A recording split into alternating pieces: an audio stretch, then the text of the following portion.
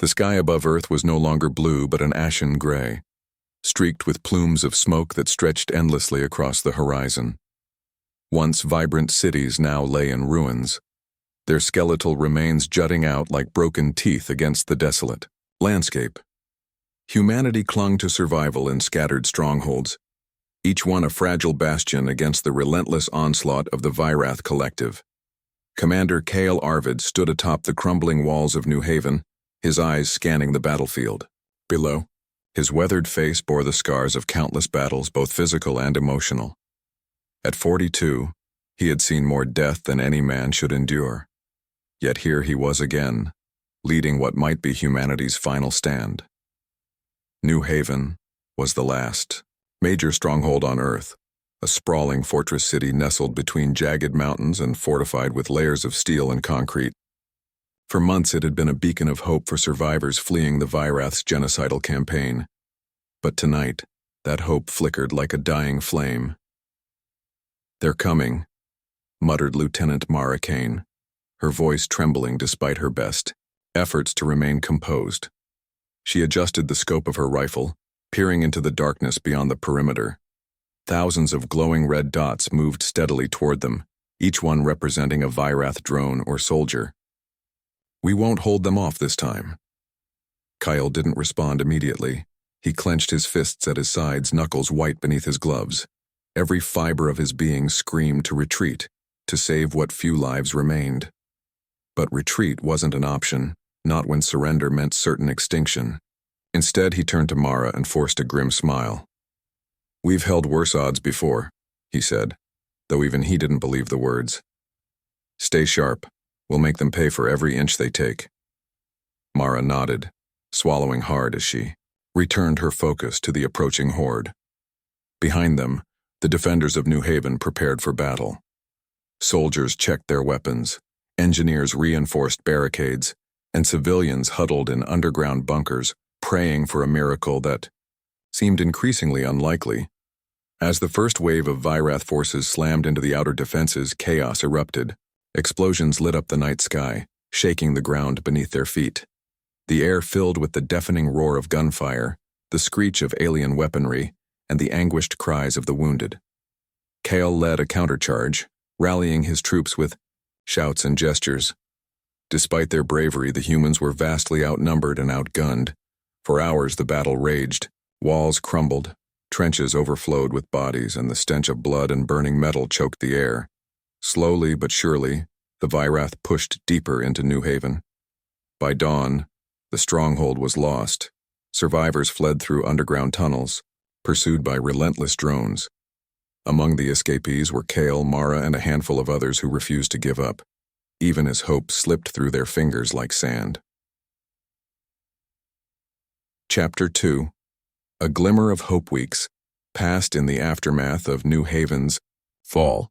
What remained of humanity regrouped in secret underground bunkers scattered across the globe. Morale was at an all-time low. Many believed resistance was futile, but not everyone had given up. In a hidden facility buried beneath the Arctic ice, Dr. Elira Vance worked tirelessly in her lab. Her pale face was illuminated by the glow of holographic displays, her hands moving deftly over control panels. Around her, machines hummed and whirred, processing data and running simulations. On the central screen floated a schematic of her most ambitious project yet, the Eclipse engine. "It's ready," she whispered to herself, her voice tinged with awe and apprehension. The Eclipse engine was unlike anything humanity had ever created. Designed to emit a pulse capable of disrupting the Vyrath's neural network, it could effectively sever their hive-mind connection. Without their unified consciousness, the Vyrath would be reduced to individual entities vulnerable and disorganized. But there was a catch. The engine required a power source far beyond anything currently available: quantum crystals. These rare minerals existed only in Vyrath-controlled territories, making retrieval nearly impossible. Still, Elira refused to let doubt creep in. If anyone could pull off such a daring mission, it was Commander Kale Arvid. She contacted Kale via encrypted channels, explaining her discovery and pleading for support. When the transmission ended, Kale sat in silence, staring at the static-filled screen. The weight of Elira's proposal pressed down on him. It was a long shot, perhaps even suicidal, but it was also the first real chance humanity had to turn. The tide. Do we have a choice? He asked aloud, addressing no one in particular.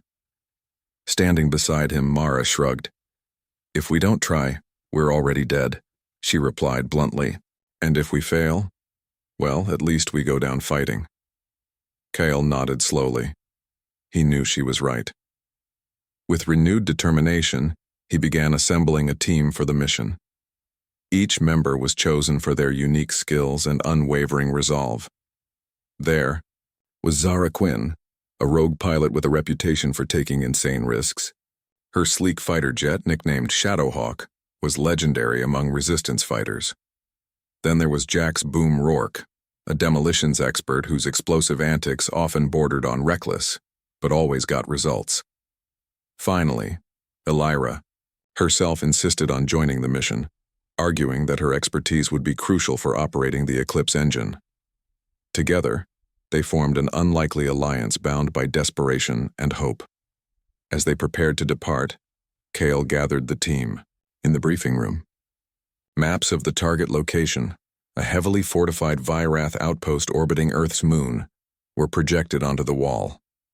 This isn't just about retrieving the crystals, Kale said, his voice steady but laced with urgency. This is about proving to ourselves and to the Vyrath that we're not done yet. That humanity still has a future worth fighting for. The room fell silent as his words sank in. One by one, the team members nodded, their expressions resolute. They knew the odds were stacked against them.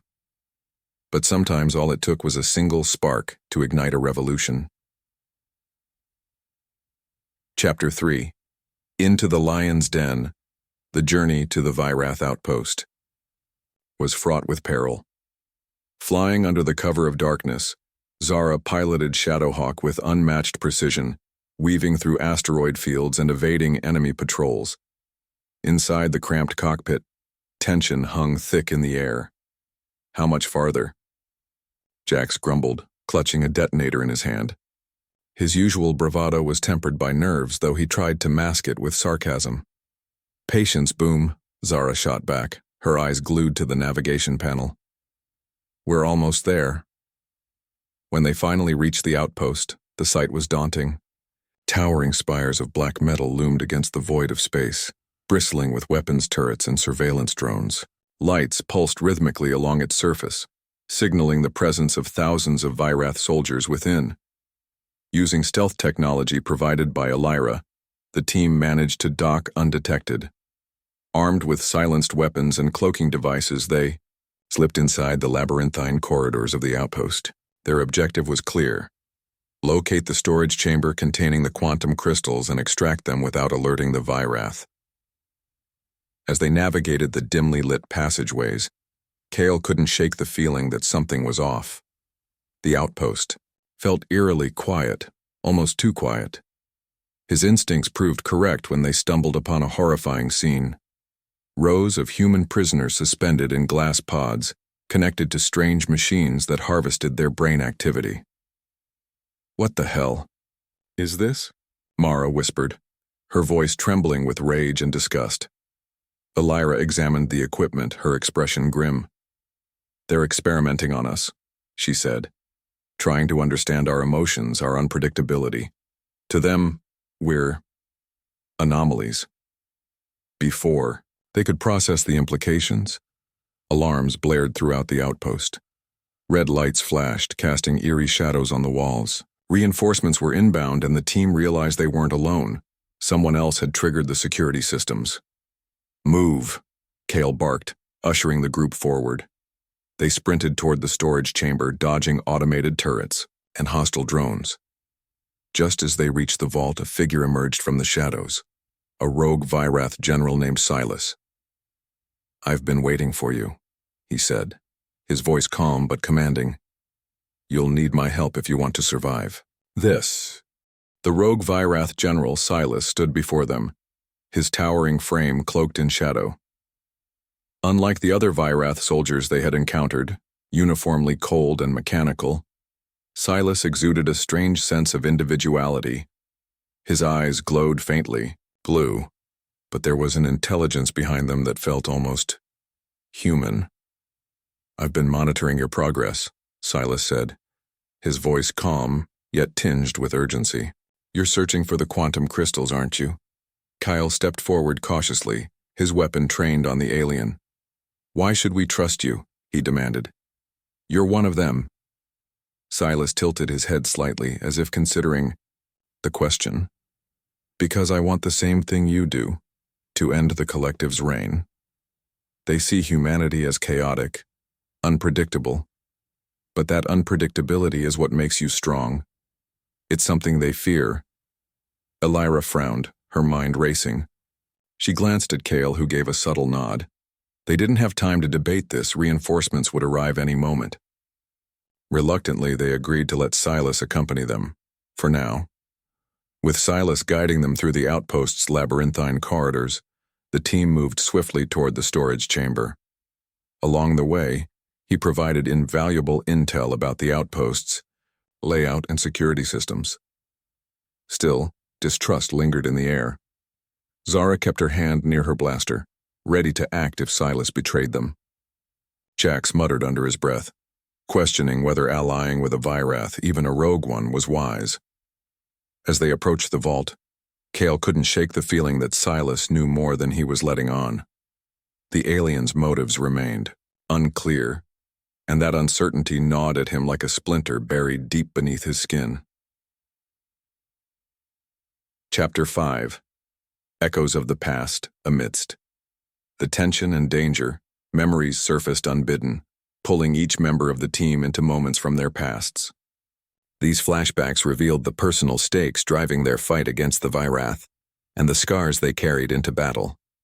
Kale's loss in the quiet moments between skirmishes, Kale found himself thinking of Elena and Lila, his wife and daughter. He remembered the day the Vyrath first attacked Earth, the chaos, the screams, the desperate scramble to reach safety. He had promised Elena he'd protect her, but when the bombs fell, she shielded Lila with her body. Both were gone in an instant, leaving Kale alone to pick up the pieces. Since then, every decision he made was driven by a single goal, ensuring no one else suffered the same fate. Elira's thoughts drifted to her younger brother, Cade. Years ago, she had recruited him to test one of her experimental weapons, a prototype meant to disrupt enemy communications. But during a field trial, the device malfunctioned, causing catastrophic collateral damage. Cade died trying to save others trapped in the blast radius. Though she never spoke of it, the guilt haunted her. Every breakthrough she achieved came with the weight of knowing she might not have succeeded without his sacrifice. Zara's escape. Zara recalled her childhood on Mars, where she grew up in a violent, gang-controlled district. Her piloting skills earned her protection but also marked her as a target. When rival factions ambushed her crew, she narrowly escaped aboard Shadowhawk, vowing never to look back. Yet part of her still wondered if running away had been the right choice, or if she could have done more to help those left behind. Jax's mask beneath Jax's boisterous exterior lay a man grappling with self-doubt. His parents had been pacifists, teaching him to resolve conflicts peacefully. But after witnessing countless atrocities committed by the Vyrath, he chose a different path. Explosives became his outlet, a way to channel anger and grief. Yet sometimes, late at night, he questioned whether he'd become too much like the monsters he fought. These fragmented glimpses into their lives underscored the shared pain that bound them together. Each carried burdens they rarely spoke of, yet those burdens fueled their determination to keep fighting, even when hope seemed lost. Chapter 6. Betrayal in the ranks. Reaching the storage chamber proved easier than expected thanks to Silas's guidance. Inside, rows of glowing quantum crystals lined the walls, pulsating with energy. Elira approached them cautiously, scanning for traps or hidden defenses. "We don't have much time," she warned, her voice tight with concentration. "Once we extract these, the entire outpost will go on high alert." As the team worked to secure the crystals, tensions flared. Mara confronted Kale privately, voicing concerns about trusting Silas. He's still a Virath, she argued. What happens when he decides we're expendable? Kyle hesitated, torn between logic and instinct. Before he could respond, alarms blared once again. This time, however, the source wasn't external. It came from within their ranks. One of the engineers accompanying them, a quiet man named Wren, had sabotaged their comm system and transmitted their location to the Virath. Cornered, Wren confessed bitterly. I'm tired of dying for nothing. If I give them what they want, maybe they'll spare us. Fury erupted among the group. Jax lunged at Wren, only to be restrained by Kale. We don't have time for this, Kale shouted, shoving Jax back. Secure the crystals and prepare to move out. Wren's betrayal forced the team to abandon part of their plan. They grabbed as many crystals as they could carry and fled the chamber, pursued by swarms of Virath drones. The escape route Silas had mapped out was compromised, forcing them to improvise. Chapter 7. Sacrifices and Survival. The chase through the outpost turned into a deadly game of cat and mouse. Narrow hallways became death traps as automated turrets opened fire, forcing the team to split up temporarily. Zara took point, using her agility to scout ahead and disable ambush points. Meanwhile, Jax rigged makeshift explosives to slow down their pursuers. At one critical juncture, Silas sacrificed himself to hold off a detachment of Virath soldiers. Standing at a junction, he unleashed a devastating energy pulse, one that overloaded his own neural network but bought the team precious seconds to escape. As they regrouped farther down the corridor, Kyle paused, looking back at the shimmering light fading behind them. Why did he do that? Mara asked, her voice barely above a whisper. Because he believed in us, Kale replied grimly, and because he saw something worth saving in humanity. Their grief over Silas's loss mingled with renewed resolve. They pressed onward, finally reaching the docking bay where Shadowhawk awaited. With the stolen quantum crystals secured, they launched into space just as the outpost's defenses closed in around them. Chapter 8. Stranded in the void, though they escaped the outpost, their troubles were far from over. Damage sustained during the escape left Shadowhawk limping through space, its systems failing one by one. Oxygen levels dropped dangerously low, and food supplies dwindled. Worse still, scans revealed a massive Virath fleet converging on their position. As they drifted aimlessly, the team grappled with exhaustion and despair. Even Elira, usually stoic, began showing cracks in her composure. What's the point of all this if we can't even get home? She snapped during one particularly tense argument. Kale placed a reassuring hand on her shoulder.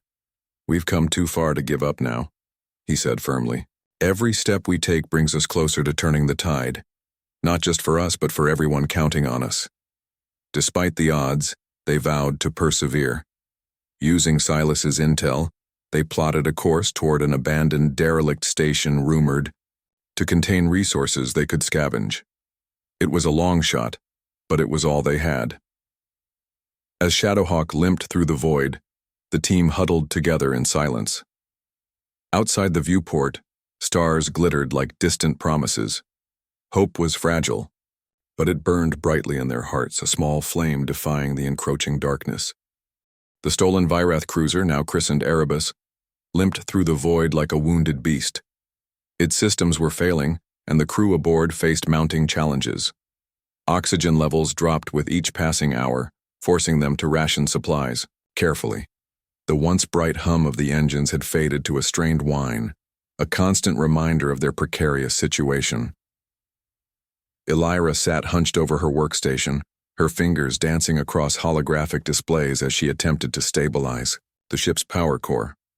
Her face was pale, exhaustion etched into every line. Despite her efforts, progress was slow. We're losing fuel faster than I can compensate, she muttered, frustration bubbling beneath her calm exterior. At this rate, we won't make it to the derelict station. Kale leaned against the wall nearby, arms crossed as he watched. Her work. His mind raced with possibilities, none of them good. They were stranded in deep space, pursued by a relentless Vyrath fleet and running out of options. Yet, even in the face of despair, he refused to let hope die. "We'll figure it out," he said firmly, his voice cutting through the tension. "We always do." Mara glanced up from her console, where she monitored long-range scanners. "Figure, what out? How to survive on fumes and prayers." She sighed, rubbing her temples. "I'm not saying we give up. I'm just saying we need a plan beyond hope for the best." Zara chimed in from the pilot's seat, her tone laced with sarcasm. "Oh, don't worry. I've got plenty of plans. Most involve blowing things up. Unfortunately, we're fresh out of explosives." Jack smirked despite himself. Funny how that keeps happening. Their banter masked the underlying fear gripping them all. Each member of the team wrestled with doubts, guilt, and the weight of their mission. The quantum crystals they risked everything to retrieve were safely stored in the cargo bay, but without a functioning ship, they might as well have been useless rocks. Chapter 10. Ancient Secrets Against All Odds. The derelict station appeared. On their scanners, a massive structure drifting silently in the darkness. It resembled a colossal ring, its surface pockmarked with craters and scorch marks. The design was unmistakably alien, far older than anything humanity or the Vyrath had ever encountered. "Looks abandoned," Zara observed, guiding Erebus toward the station. "But something about it feels off." Elira studied the readings intently. "The energy signature matches some of the data Silas provided. This place predates the Vyrath Collective by millennia." Her eyes lit up with excitement. "If we can access its systems, we might find technology we can use, or answers about the Vyrath's origins." Docking with the station proved challenging, due to Erebus's damaged thrusters, but Zara's skillful piloting brought them close enough to board. Armed with weapons and scanning equipment, the team ventured inside, stepping into a world frozen in time. The interior was eerily silent, illuminated only by faint emergency lights that flickered sporadically. Walls adorned with intricate carvings depicted scenes of war and devastation, images of an advanced civilization battling monstrous creatures resembling the Vyrath. In one chamber, they discovered a holographic archive still operational after untold centuries. "What is this?" Mara asked, her voice tinged with awe as the hologram activated. A humanoid figure materialized before them, speaking in a language none of them understood. Elira quickly interfaced her translator device, decoding the message. "This is a warning," the figure said, its voice echoing through the chamber. "To those who come after us, the hive mind you seek to destroy was once our creation. We sought unity, order, perfection, but in doing so we unleashed chaos upon ourselves. Beware the cost of tampering with nature." The revelation stunned the team. The Vyrath weren't invaders from another galaxy. They were the remnants of a failed experiment, a civilization that had spiraled out of control. Humanity wasn't fighting an external enemy. It was confronting the consequences of hubris, reflected in the mirror of history. Chapter 11. Internal conflict. As they explored further, tensions within the group began to boil over. Elira became obsessed with unlocking the station's secrets, convinced it held the key to defeating the Vyrath. She spent hours poring over data logs, ignoring calls to rest or regroup. Her single-minded focus alienated her from the others, particularly Kale. "You're pushing yourself too hard," Kale told her one evening as they shared a meal of tasteless protein bars. "We need you sharp, not burned out." "And what would you have me do instead?" Elira snapped, her temper flaring. "Sit around waiting for the Vyrath to catch up? Or maybe we should abandon the mission altogether?" "That's not what I'm saying," Kale replied, his voice calm but firm. "But we're a team. If you collapse, we all suffer." Elira looked away, guilt flickering across her face. She knew he was right, but the pressure of their mission weighed heavily on her shoulders. Every second wasted felt like another step, closer to failure. Meanwhile, Zara struggled with her own demons. Exploring the station stirred memories of her violent past, reminding her of the people she'd left behind on Mars. During a rare moment alone, she confided in Jax, who listened quietly as she spoke. "I keep wondering if I ran because I was scared or because I didn't care enough to stay," she admitted, her voice barely above a whisper. "What does that say about me?" Jax placed a hand on her shoulder. "It says you're human," he said simply, "and humans mess up, but we also get back up and try again." His words offered little comfort, but they grounded her, reminding her why she'd joined the mission in the first place. Chapter 12. A Desperate Gamble.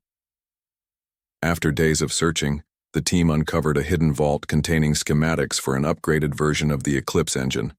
Unlike the prototype Elira had built, this version could permanently sever the Vyrath's neural connection, rendering them incapable of reforming as a hive mind. However, constructing it required materials they didn't currently possess, and time they didn't have. "We'll need to raid a nearby asteroid field," Elira explained, pointing to a cluster of rocks rich in rare minerals. "It's risky, but it's our only shot." Kale nodded grimly. "Then we go, but we move fast." Using scavenged parts from the station, they repaired Erebus just enough to make the jump. As they approached the asteroid field, the tension aboard the ship reached a breaking point. Supplies were nearly depleted, tempers frayed, and the looming threat of the Vyrath fleet loomed larger than ever. When they finally reached the asteroids, disaster struck. A malfunctioning drill triggered a chain reaction, causing part of the field to collapse. Trapped in the debris, the team fought desperately to escape, narrowly avoiding catastrophic damage to Erebus. In the chaos, Elira made a decision that shocked everyone. She volunteered to remain behind to manually guide the ship clear of the collapsing field. "I'm the only one who knows how to calibrate the engine," she argued when Kale protested. "If I don't stay, we lose everything."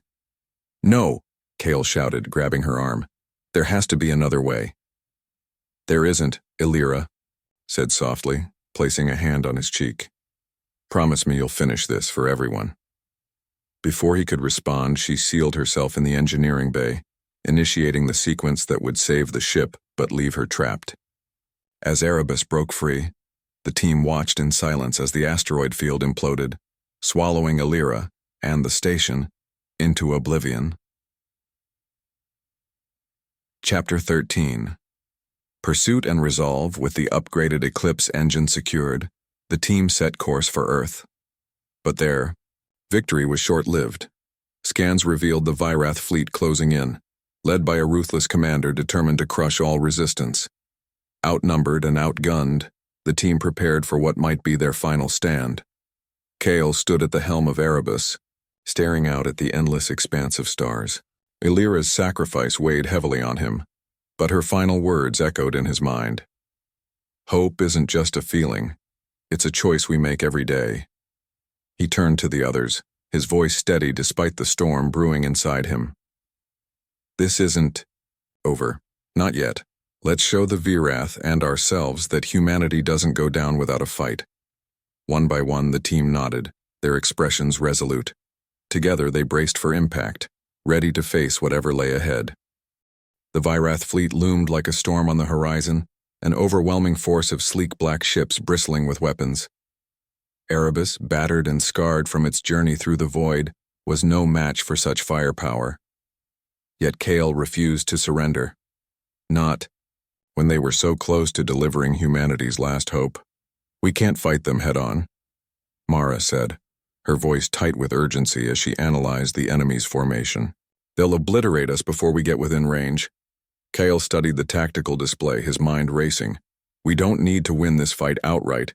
We just need to buy enough time to deploy the Eclipse engine."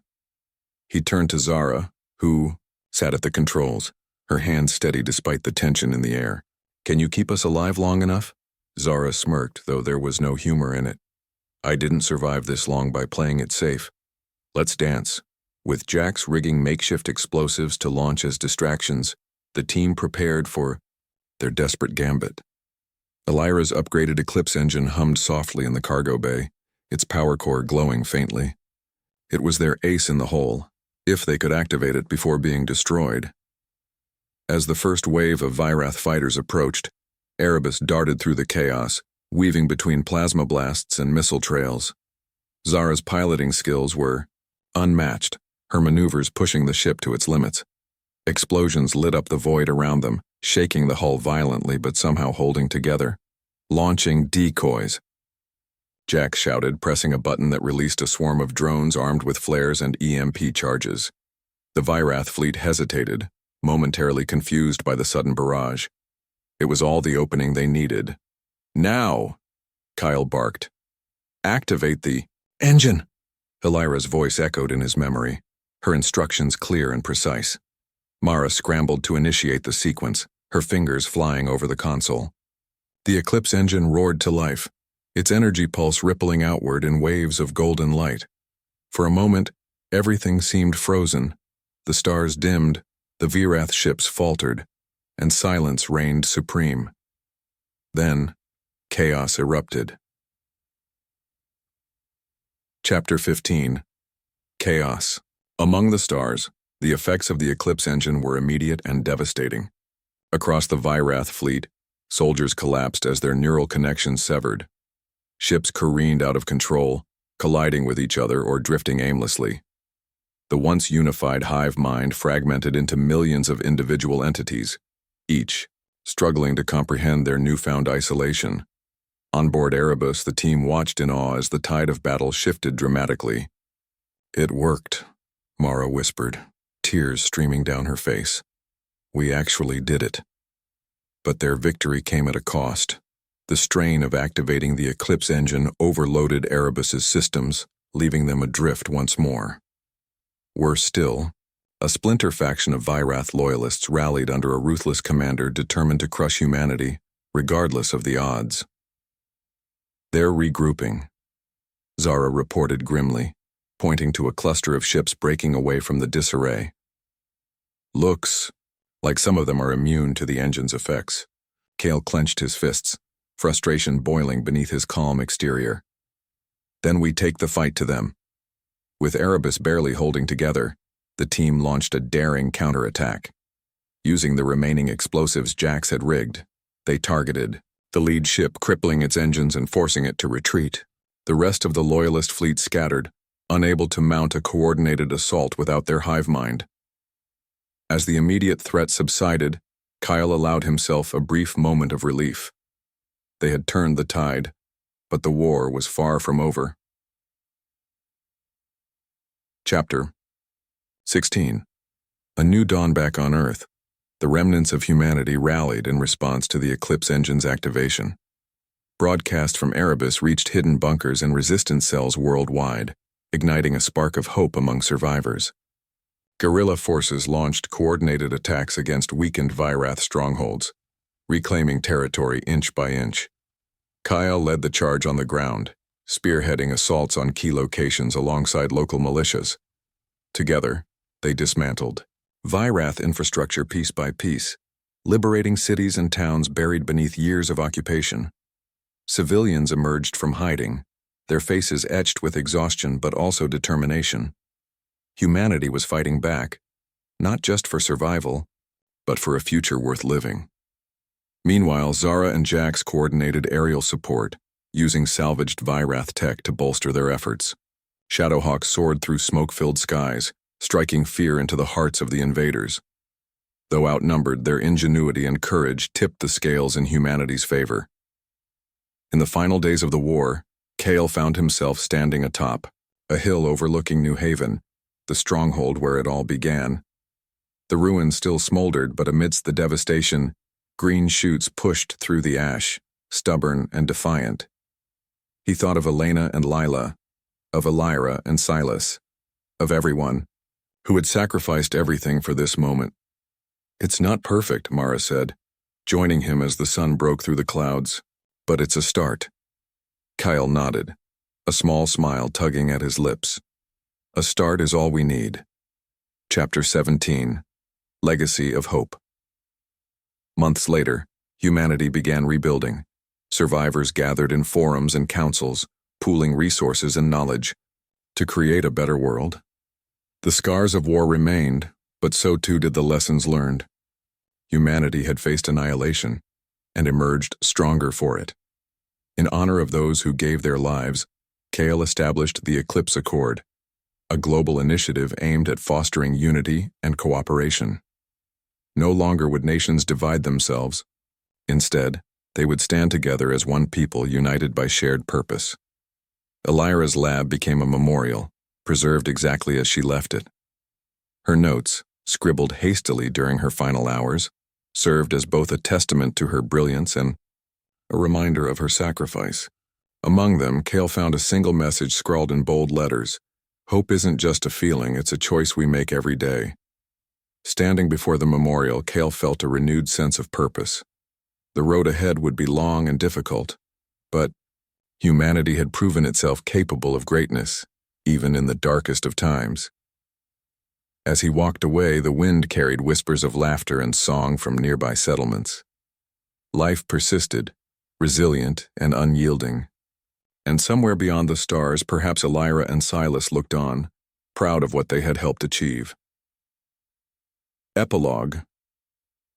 Into the light years later, historians would refer to the conflict as the Eclipse War, a turning point in human history when despair transformed into defiance and defeat gave way to triumph. Statues were erected in memory of fallen heroes, and stories of their bravery passed down through generations. Yet even as humanity rebuilt, questions lingered about the Vyrath. What had driven them to invade? Could coexistence ever be possible? These uncertainties shaped the course of exploration and diplomacy in the decades to come. For Kale, the answers mattered less than the journey itself. He had seen humanity at its lowest and its highest. Through loss and sacrifice, he had discovered a truth that transcended words. Hope wasn't just a fleeting emotion. It was a fire that burned brightest in the face of adversity, a flame kindled by those willing to fight for something greater than themselves. And as long as that flame endured, humanity would never truly fall.